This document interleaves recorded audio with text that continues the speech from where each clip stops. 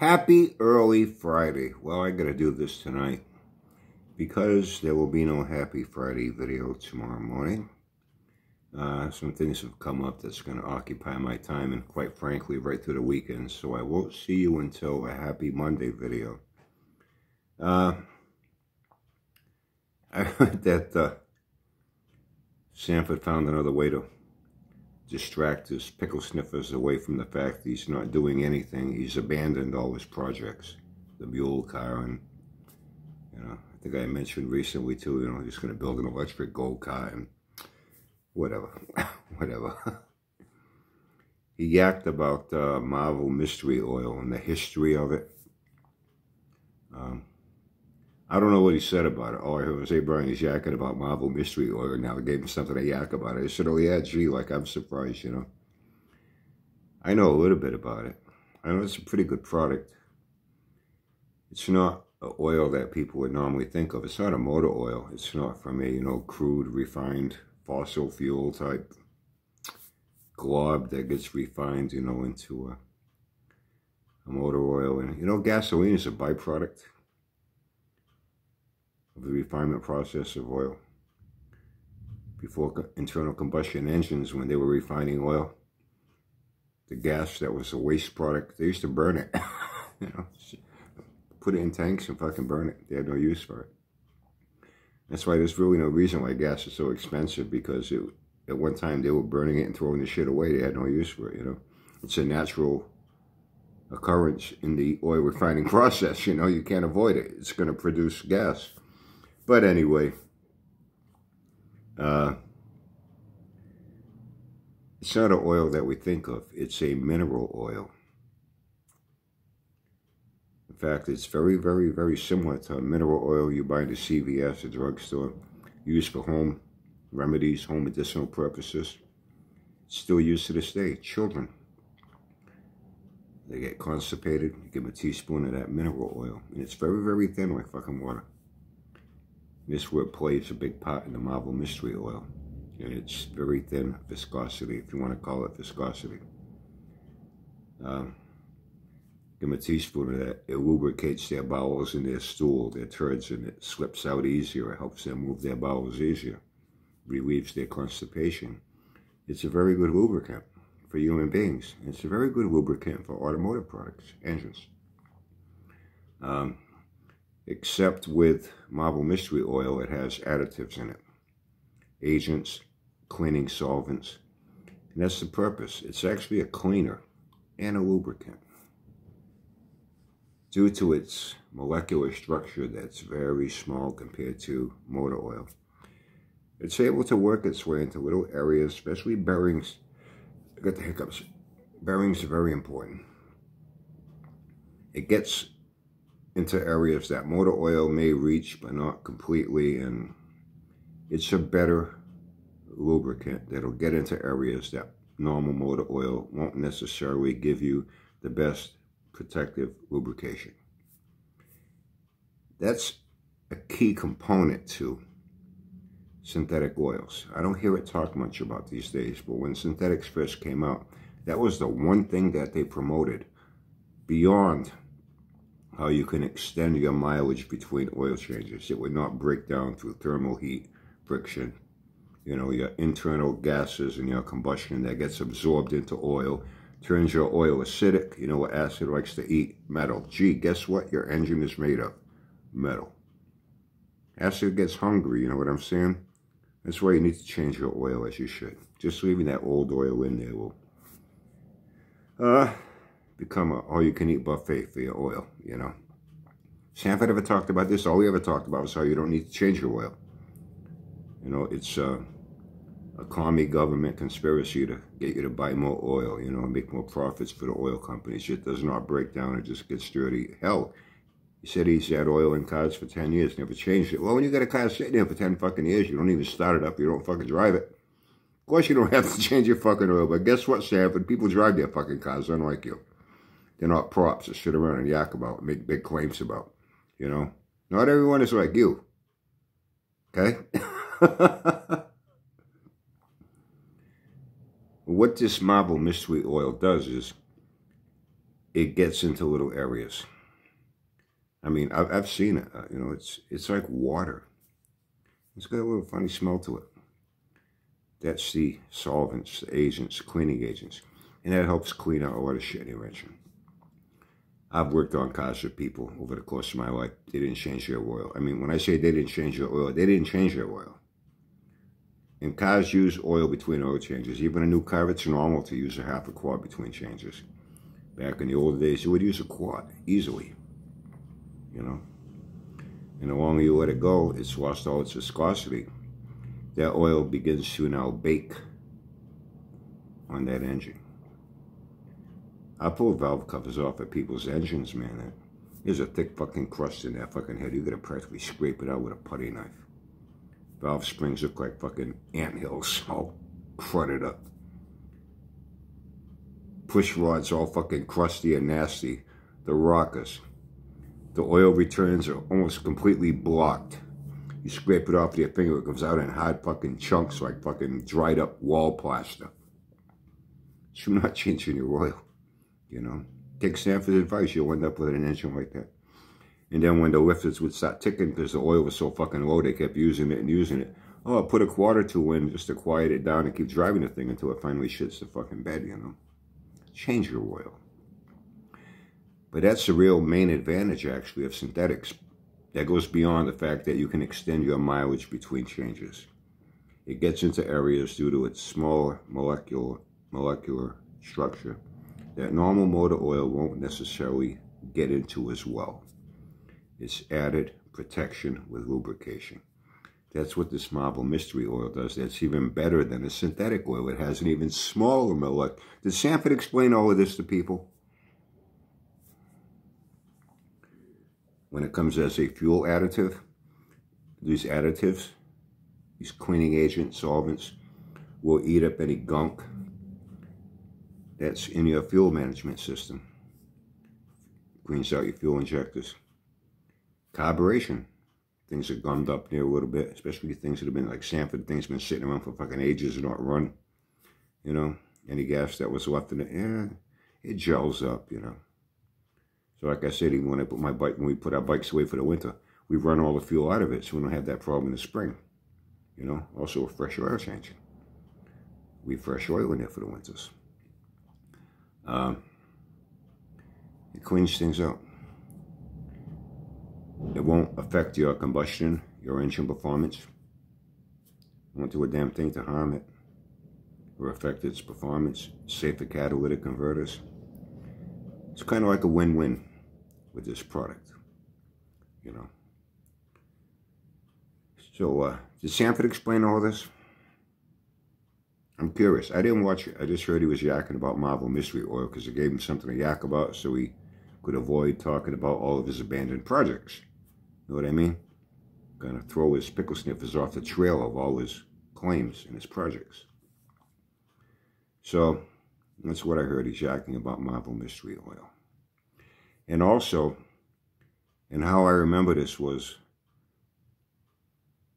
on my father's side, on my mother's side was my uncle Anton.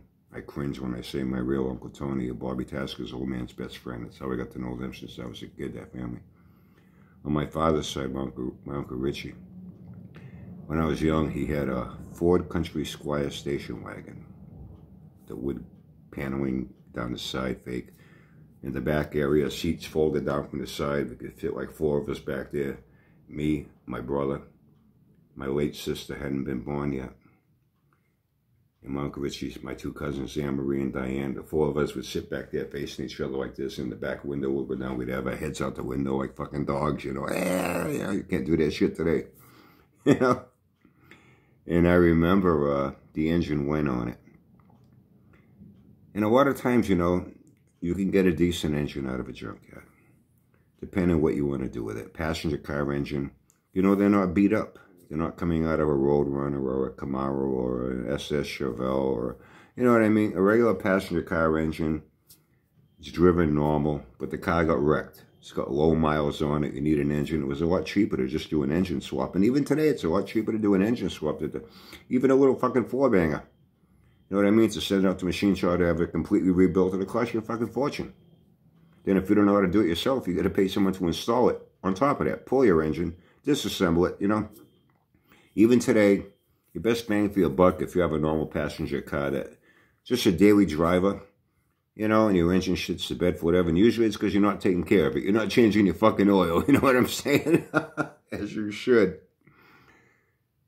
That's the best way to go. And I know it's something my uncle did, and a lot of people used to do it. You find a decent engine, you know, a generic Ford engine that they put in an LTD or any other models they had that, you know, went into a Country Squire station wagon, same engines. They didn't know how long that oil had been in that engine. When it was installed, the person doing it would do a fresh oil change. And they would recommend for the first oil change, before you even take this thing out and start driving it, they used the high detergent motor oil. I know they still have it today, high detergent, like with a break-in oil when you're building an engine. That first startup, you want a high zinc content break-in oil. Well, they would use a high detergent motor oil, and they would add a pint of that Marble Mystery oil to it. That would help clean up anything in case that person didn't stay on top of their oil changes and there was a little gunk buildup and shit. You help get rid of some of that.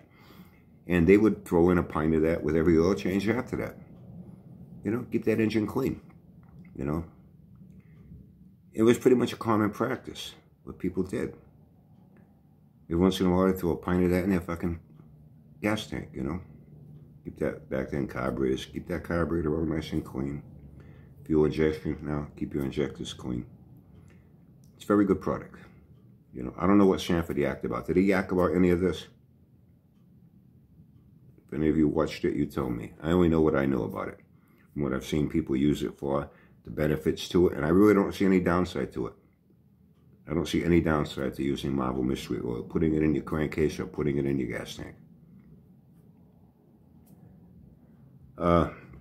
Anyway, has he been yakking about his move to his new storage shed city? Or you pickle sniffers been lining up and calling him, making plans to go there to help him out. You got a flatbed, you can take maybe one of those. Doesn't he have a couple of old shitbox 4-door Valiants that have been sitting there forever? I don't even know if they run. Get him over to his new smaller place if he's got room for all that shit now. You know, loading up things. You got a box truck, flatbed, you know, pickup. You all gonna go there and show him your support? Hey, same thing with you fucking kryptonites. You've been breaking out your checkbooks, credit card, bank debit card, buying up all his parts, buying up all his books, if you can even read them. You know, you throwing your support to your two heroes. Somebody mentioned something to me. They said, you know, I guess, you know, I don't know much about all the logistics, internal idiosyncrasies, internal workings of YouTube, algorithms. I don't, because I'm not on here to make a living, you know what I mean? So I'm not dependent on knowledge that other people are so dependent on. I don't give a fuck about any of that shit. Like, I don't give a fuck about subs and views. You should know that by now. And I guess people pay attention to things. They said, yeah, his views are down 47%, which means his income, I guess they know how to do the comparison, the ratio. His income is down like 30%. It's about 30% of his income, I guess that. It's a good reason why. I think he even mentioned, right? Somebody told me he mentioned that his World Global Headquarters was costing him so much money a year and he doesn't need all the space. It's not that he doesn't need the space, he can't afford it. It's common sense, you can't fucking afford it. You know, he's going to a place he can afford a little bit better. Now he's going to a storage shit city. It's only like one step up from where he started out at Storage Locker City. I'm going to have to come up with a new song for that. Remember that Take Me Down to Storage Locker City where the cars are junk and they run real shitty? Oh, won't you please take me down? Now it's take me down to the storage shed city where the cars are junk and the walls are tinny. Oh, won't you please take me down? Or take me down to the storage shed city where the space is small and the walls are tinny. Oh, won't you? You let me know. Take a viewer poll right here, which version I should go with. And somebody says, you know what, he probably would have been better off just saying, fuck it. Not even doing it. It's going back to where, you know, his fucking garage at his house where he's got that other prop that's been sitting there forever that don't fucking run. He doesn't drive it. The front end's still up on jack stands with the hood open, that Blue Roadrunner with a Chrysler Cordoba. Pig of a low horsepower, low torque 400, and he stuck dual quads on it to make it look cool. It had a I said, when it's got the green garden hose hanging in the fucking back for a fuel line, you can see it. He's got it tacked up to a shackle with a zip tie. You don't even know if it drives. I know it starts up. He ran it one time. He let it run. I don't know if the transmission works, if it's got a busted rear end, what's going on with it. But that thing's been sitting there forever. Maybe you should just, you know, say, fuck it. You know, just go back to his fucking garage at his house. Not have to pay any fucking lease anywhere. He's not building anything. All he does is sit around fucking yakking. He can do that at home with that prop next to him. Maybe once in a while to throw his pickle sniffers. Maybe if it is drivable to some degree, could at least take it up and down the street a little bit. You know, all the big trends on here, you know, cold starts. Now it's the winter. You start it up, you know, do a cold start with it. Let it run for like 10 seconds, you know, and these little shots that people do. You know, they have like a first wash, you know. Hey, this car's been sitting there for 10 years. Hey, that thing has been sitting there for how many fucking years? 18 years? You can do a first wash on it. That'll thrill his pickle sniffers. You know, they have bond finds. You can do a home garage find. I'm sure that'll thrill his pickle sniffers, right? You know, he has all these opportunities available to him that won't cost him any fucking lease on space. So all he's going to do is sit around fucking yakking anyway. So what the fuck? He can do that shit in his own garage at home. He's already got a prop right here that's been there for 18 years. And let it keep fucking sitting there. He once in a while he can yak about what he's going to do to it, even though he won't do a fucking thing to it. But he'll yak about what he's going to do to impress his pickle sniffers. You know what I'm saying? That's what I think. What do you think? So anyway, I guess that's about it. So some things have come up. It's going to be occupying my time tomorrow, right through the weekend. Right through the weekend. It's something I'm looking forward to. So normally I'd say this tomorrow. I'll say it tonight. Have a great weekend. Have fun. Stay safe. And I'll catch up with you on Monday. Oh, and by the way, I've been keeping track of my time I spend on here because people tell me that, you know, I devote too much time to YouTube. And I went, really? I think I mentioned earlier this week. I went back a few weeks and added up the time. And I spend on average like an hour and 10 minutes, an hour and 15 minutes max over the course of a week devoted to making videos. And like I said, there are people like Sanford and others that devote two hours and even longer than 2 hours on just one night sitting around fucking yakking on the live stream, plus all the other shit they're doing during the week, and some of them are doing multiple weekly live streams. I got the fucking hiccups. I had a Mountain Dew. I drank it too fast. I'd rather have hiccups than fucking burp on here, because that would be disgusting, burping and farting, you know what I'm saying? That's no fucking class. But anyway, so I think I'm on pace this week now, ending the week now, at about an hour and 10 minutes.